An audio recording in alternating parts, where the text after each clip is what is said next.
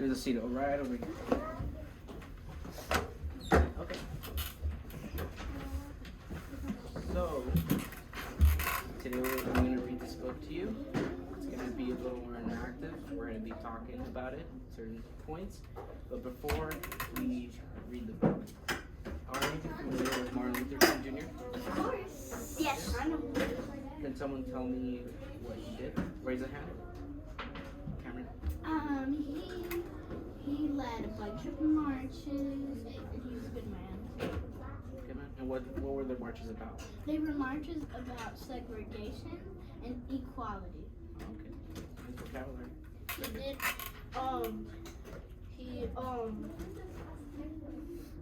He did, he figured out,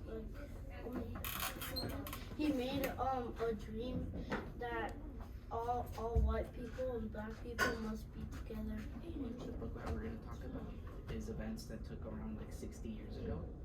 And it was when the problems with racism and segregation, as Cameron said, and when black people were fighting for equality. So, the book that we're going to read is called Let the Children March. Before I open it and start reading it, what do you think? Like, what do you see on the cover, like, that you want to point out? Take it. I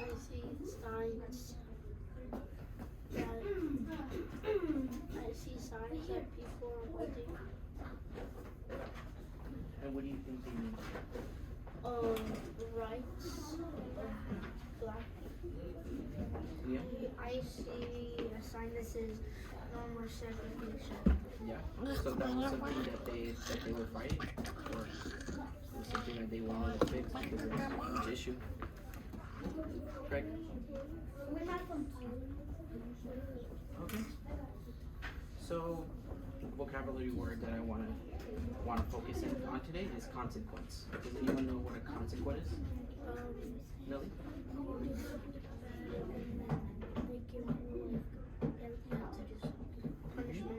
Punishment. Okay. A punishment that once you did it wrong, you get a punishment. Okay. Cameron, do you want to say something? If, let's say you hurt someone's feelings, you'll get a consequence for what you said to them. Okay. Yeah, so like if a thief were to get caught stealing, what do you think his consequence would be? Jail. Jail. Okay. Robbery. Okay. So that's something I want you to think about when we're reading. The book. I know the mark. I wonder if the kids I wonder why they had to go through those consequences. It was good. I was already working as a kid. I would be working with them. Okay. So tell me now. I heard Cameron, you say that if they were real, they they actually did march and they were shot with water and the dogs. Yeah, but back then, 60 years ago, now it would be illegal, but back then it wasn't something common like that. It was a huge issue, and that's why a lot of people, not only in Alabama, like in the book, but this was all over the country. Even though.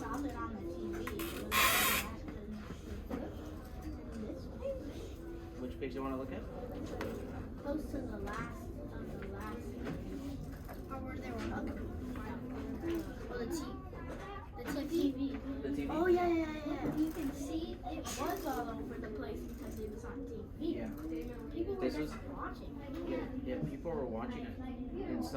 And that's why a lot of people were like sending letters to the government because it was like, why is this happening? Black people? Yeah, this was against black people. Wait, I know it was against black people. And like people that were white people. But was it like, were white people also sending notes? Yeah, because not all of them were. A lot of white people were racist, but some of them did sympathize with like what was going on to the people.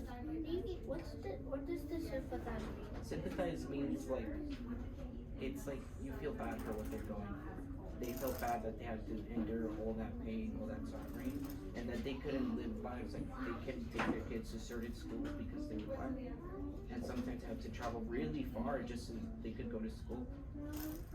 Imagine if you lived right in front of this school, but you couldn't come because you were a person that they didn't like, and you had to go to another school that was like 10 miles away or more. That's crazy. Now Yeah. that's a problem. Yeah, people of color couldn't use the same bathrooms, couldn't use the same water fountains. Oh yeah, I know